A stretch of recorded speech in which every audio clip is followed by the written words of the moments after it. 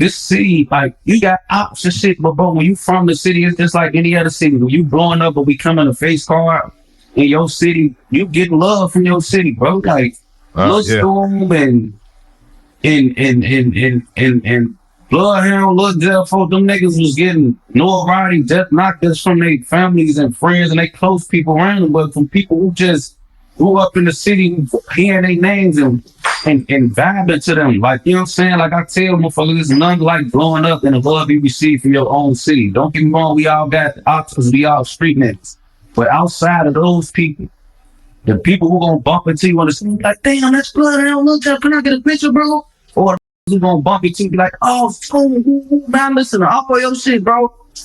Them things you can't beat, you can't measure that in your own city, bro. Like, so it's also those people, like the people that's becoming fans of you, that's where you from, that's hurt by your death. Like, they be so sick, like, damn, why I just started with this nigga music 3 months ago, he gone. Like, I'm just getting up on short, like, I'm just starting with him, like, I just seen him, man. This shit was just hard. Like, that's what they saying right now about Lil Hound, Lil Jeff, in school. Like, niggas looking like, damn, bro, like, I ain't even been a fan of yours for over 6 months, bro, and I already gotta be like, damn, wait a minute. Killed another rapper from my city who was just blowing up doing their thing, so like, and we got too many stories of that, folks. LA was like that. Pappy was like that. You know what I'm saying? Like, Dusky was like that. Niggas who just died before their time and almost achieved something, like, was right there. Like, next thing for them to do was sign deals. Like, they had the notoriety in the city. They was pulling the views in and they was, you know, making the noise in all the right ways and having the connections they needed to have to win. So to see it go down like that, that'd be the most unfortunate part. A lot of people just got on to their stories. So to see they demise when you just watch them rise, it's a weird feeling as a fan. Because, you know, one thing I know about this city is how hard it is to pull yourself to that point where you come from where we come from. Like, that shit is hard, bro. It's hard to beat them hard. Like, I don't give a if you a goofy out here. You gotta be out here. Long as the niggas who 10 toes, you can step out here one day trying to kick it and get your ass milk. Like, you know what I'm saying? You can be out here every day, or you can be out here once a month and still end up dead. Like, that's how hard it is, folks. You know how many victim niggas who was on spring break or visiting for the weekend, they going to D1 colleges and shit, they visit their family reunion for the weekend and got smoked. Like, like, that happens all the time, it seems. Like, this shit happen all the time in Iraq, bro. Like, I know how hard it is to build the notoriety while in the midst of gang banging, gang, like, doing it at the same point in time simultaneously. It's hard to be hard. It's being wars that's really your only stand left and right, and you still building a name for yourself while surviving. That shit hard, gang. It's super hard. I did it. I lived it, bro. Like, it was hard. We in the streets. I'm in the booth. I'm in the field by day, in the booth by night. You know what I'm saying? I'm simultaneously street nigga, 10 toes deep in this shit. And also becoming one of the most notarized artists in my city. That shit hard, bro. I'm like gang banging, and I'm pulling 1 million views on songs. Like, that's tough to do. You know what I'm saying? Like, I would think so, man. It would be, because you got to be so strategic about every part of that because of the street life aspect and then everything that has to do with music. You know what I'm saying? Bro, think about how hard it is just to even be a street nigga once you blow up in your city. Like, how you don't really be like, all right, yeah, we finna go rob a.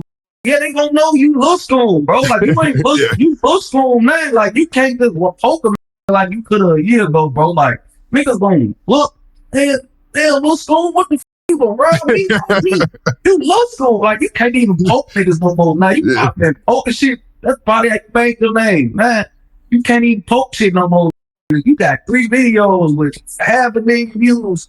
You him? So, man, it's like you can't even move like you used to move once you growing up, folks. Like, it's tough, folks, to even beat a street nigga and have notoriety, folks. You gonna end up booked. Like, but yeah, no song just came to this going. Like, you ain't got the same look. You know what I'm saying? Like, that's why the Bloodhound Lil Jeff video was so crazy too, man. It was like, because you can clearly see, you know, him running. You see him chasing the dude up to the doorway. It's like, bruh, like you've already been on. Nah, they even at that point there was a YouTube video where all of them, him, Lil Scoom, all of them were just doing a hood vlog, like like and it did like mad numbers. So it's like, it's crazy. I mean, it's amazing to see cats make it out of that and blow up like you guys did. But man, I could only imagine how tough it is. Yo, look, I don't think it's tougher in respect to all the other cities. Like, I just feel like here, and it's so sad because, like I said, like I'm still here. Like I'm there now. I'm always in my city, but you know, I feel like I'm more one of the wisest. I learned from other shit to that keep me on point and ahead of a lot of shit. But when you young, bro, when you in that 18 or 16 to 23 range, I'm like, yo, hardest years you in the streets to the most, bro. Like, that's numero uno. And it's hard. It's really like, you know, like it gets hard, bro. Like it's different, bro. Like, and the rap is, it'd be hard to explain. Like, I said, like I'm here, like I'm here, I'm still here, and I survived a lot of this shit. But I only here because I learned from shit, and I was able to learn from other niggas. Like one thing I could say is this too, like I could be LA or I could be Tay. Like you know what I'm saying? Like I could have been a nigga that got killed in this shit, or I could be the nigga that was seeing niggas die and learn from other niggas. That's why I say the street be crazy, bro. Because every time, like, you don't know what's real. Like, you can be, everybody got their homie. So everybody feel like I'm still here. I was supposed to learn from folks. So then you look up and they dead.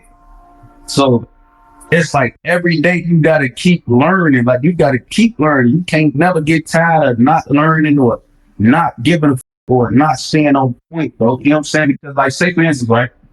When they killed LA and I was 16, bro, I could have been like, damn, like, I'm still here for a reason. They killed my homie. I didn't get killed. So now I must be smart. And then in 2015, I get my dumb ass smoked because I'm thinking like, oh, I survived that.